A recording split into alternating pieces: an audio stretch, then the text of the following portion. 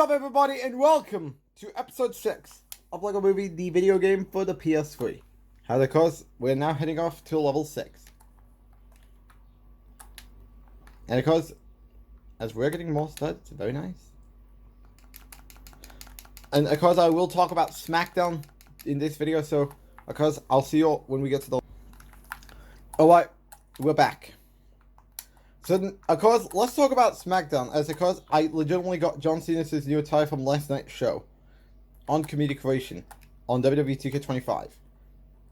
And, of course, I apologize for not getting last night's episode of SmackDown up, because my computer was having troubles to the point I had to turn it off. And it was done at the worst timing. 11 p.m. is the worst time to turn my computer off. Then it installed the update, because my original plan was for the update to happen for my computer to go up on Sunday. I mean, to do it on Monday. But now I'm gonna have to, of course, throughout the weekend, work on some episodes. Of course, work on Monday, Tuesday, and Wednesday's videos for the Super Roman Reigns Nick channel.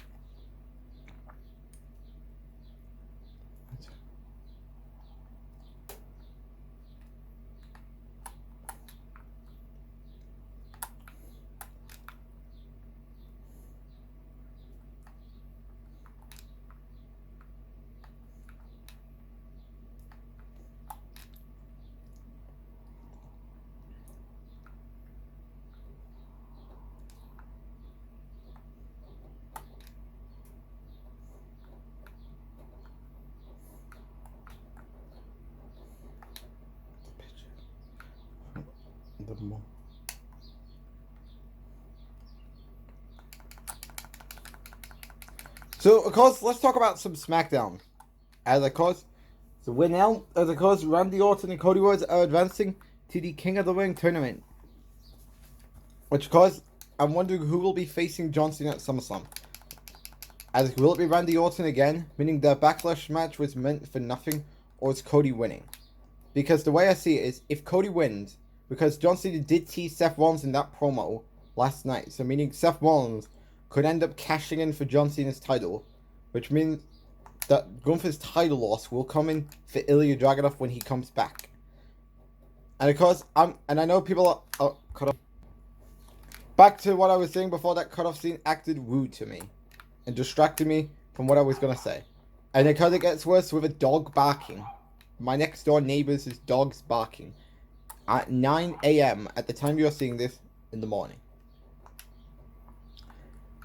So back to what I was saying. Of course, I will be talking about Jay now being the mystery opponent for the King of the Ring tournament, which I am not a fan of. And I cannot wait to go into this with a lot of rant. Of course, it seems as though WWE's pretty much planning Jacob Fatu versus the Solo Sikoa to be the SummerSlam match for the United States champion, which that could be the case. Because I do not think it's going to happen at Night of Champions, considering that WWE might stretch this to SummerSlam.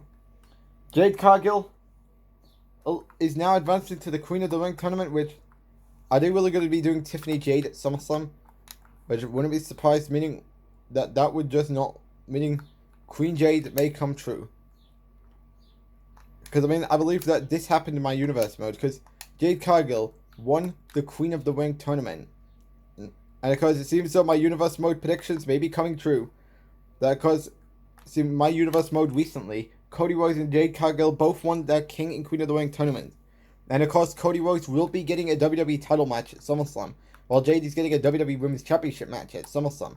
And of course, for the next episode of SmackDown, of course, we're going to find out what will happen next with the WWE title scene now that CM Punk is wanting a rematch and Seth was robbed last Saturday. And of course, for Liv Morgan, she will have her next challenger for possibly Money in the Bank, or possibly Saturday night main event 2 weeks after Money in the Bank revealed, as they will be a battle royal match.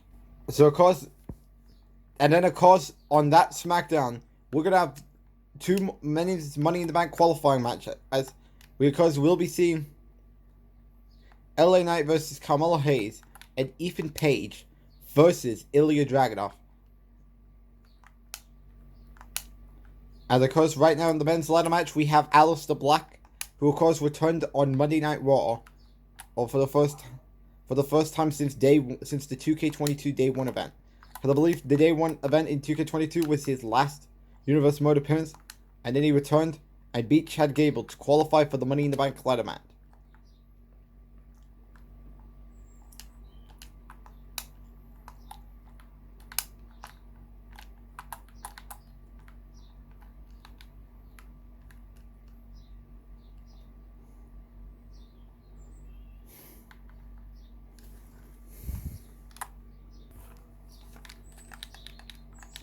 Alright guys, we're back. So, back to where was I saying? What was I saying? So of course, and of course Cody Rhodes will be at SmackDown to address his win in the King of the Ring tournament. Well, of course, we find out what's going to go on with Randy Orton heading into Money in the Bank. And then of course, a couple of weeks before he faces Cody Rhodes, as that will not happen till June 9th. Till August 9th, which is SummerSlam. The White Six gets the win over Motor City Machine Gun, as we could be looking at the bottom of the barrel for a White Six versus Street Profits, Faxim, and DIY at SummerSlam. But of course, they got no reaction, as I believe people have been saying they got no reaction. Well, I mean, this is what happens when they've been away too long and WWE does not have a plan for them. Because Triple H is lazy. We get into probably what was one of the best things about tonight's show, and that is CM Punk and John Cena, as these two delivered a very good segment. And if anything, depending what they can do for the next 2 weeks going into June 28th, which is Night of Champions, this could end up being John Cena's best feud since he turned heel, and perhaps this would get everyone to the point that people would want to see that rematch at SummerSlam, whether one-on-one or triple threat with Cody Rhodes, meaning Cody would win King of the Ring or not.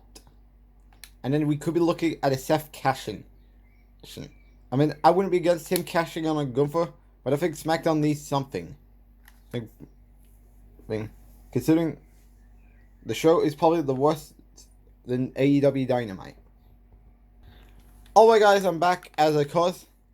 Back to the King and Queen of the Ring tournament, as Alexa Bliss and Cody Rhodes both advanced to the semifinals. Now let's talk about Jey Uso now being announced as the mystery person. Everybody knew, people were hoping that when it was announced we were going to get a mystery opponent, was it either going to be Ilya Dragunov or Karrion Kross? You would think that. Nope.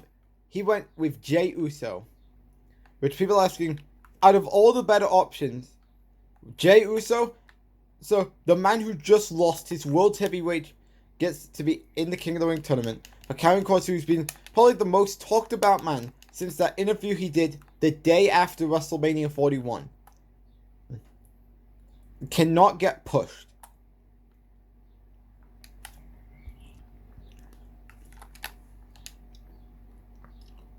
In addition to that, I don't think there was a time, whether it's under Triple H or under Vince McMahon, that the world champion who lost their titles gets to be competing in the King of the Ring tournament.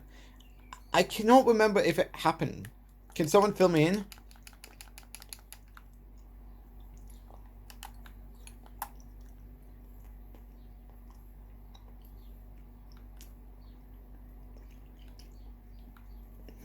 And I mean, I cannot imagine. Alright guys, we are back. So of course, back to what I was saying. Of course, judging by, I would not be. Oh. Alright, back to what I was saying. I cannot imagine Jey and Cody being in the semifinals. I just wouldn't be surprised if it happened. Although I wouldn't want that to happen.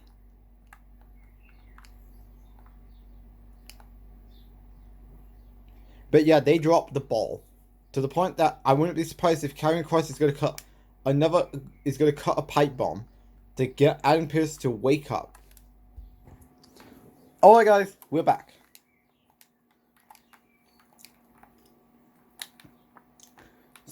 But yeah, I could assume Karrion Kross is going to cut a pipe bomb on Monday Night Raw next week about him being left off the King of the Ring tournament.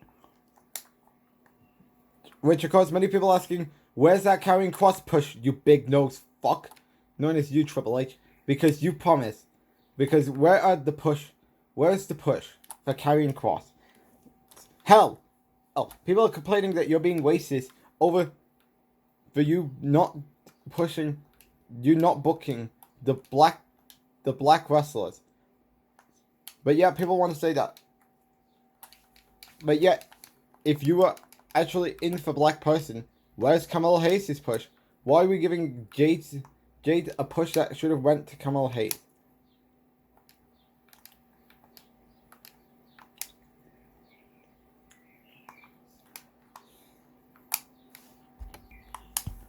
Alright, back to what I was saying. But yeah, this shit is garbage. That Jay is in the King of the Ring tournament, but not Karrion Kross. And this pretty much tells me that Seth Rollins is cashing in on John Cena's title at SummerSlam. But you can see that happening. Alright, back to what I was saying.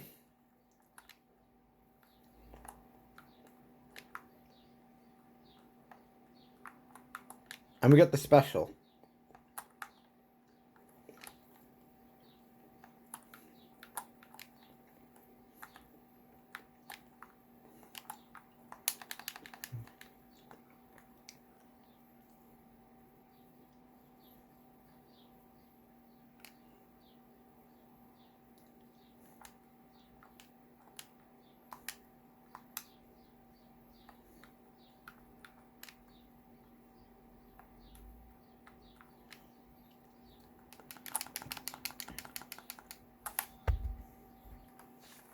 Alright guys, we're back.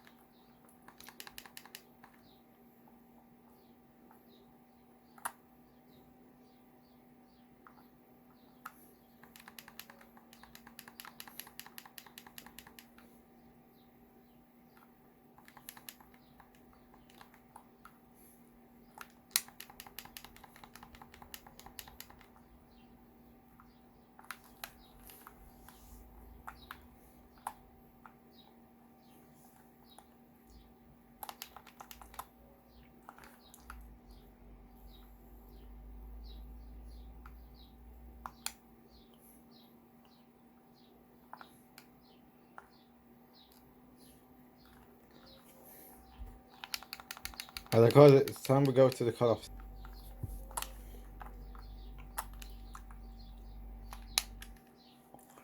Oh, Batman even improved it himself. He hates clowns. I mean, at least Joker's goons are not there constantly.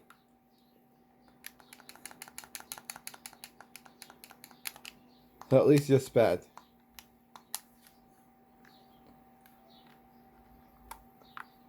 Oh no, we got eaten by a chick. Alright, we need Unikey.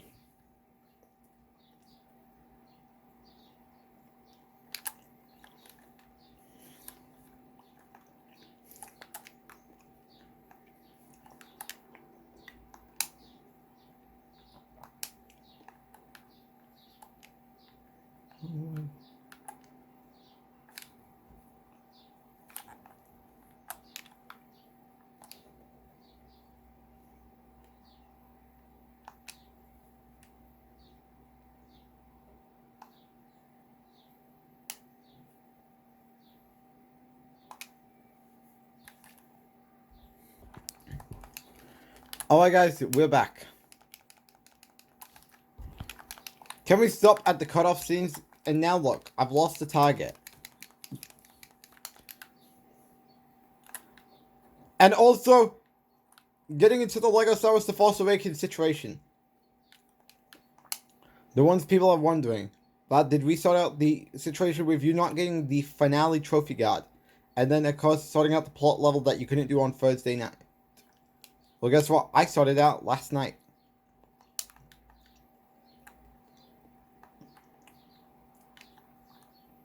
And of course, I need to do some DLCs.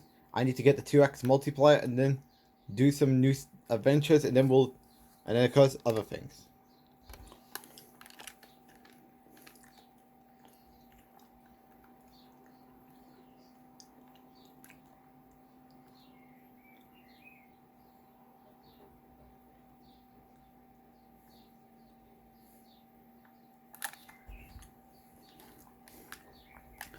Alright guys, we're back. So let's get wild stuff.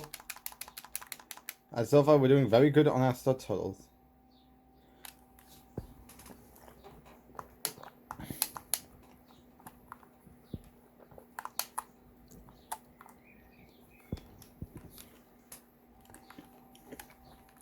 Alright, so we have to find one more. I'll let that spot go to Emmett. And this is the part we need to pay attention to. Because it's important. Pay attention. It's tone deaf. First one went well.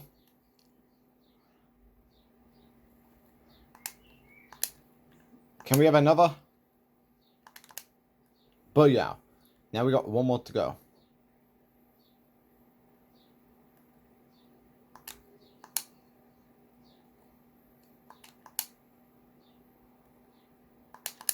And we did it. So I believe that's going to take us to the cutscene. So I'll see you when we see the level completion.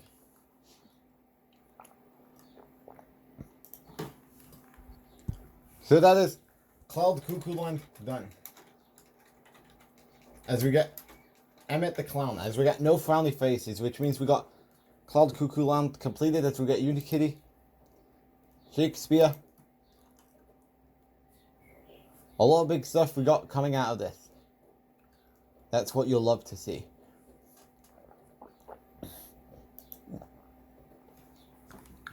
So total after this level is 875,170. Good amount there.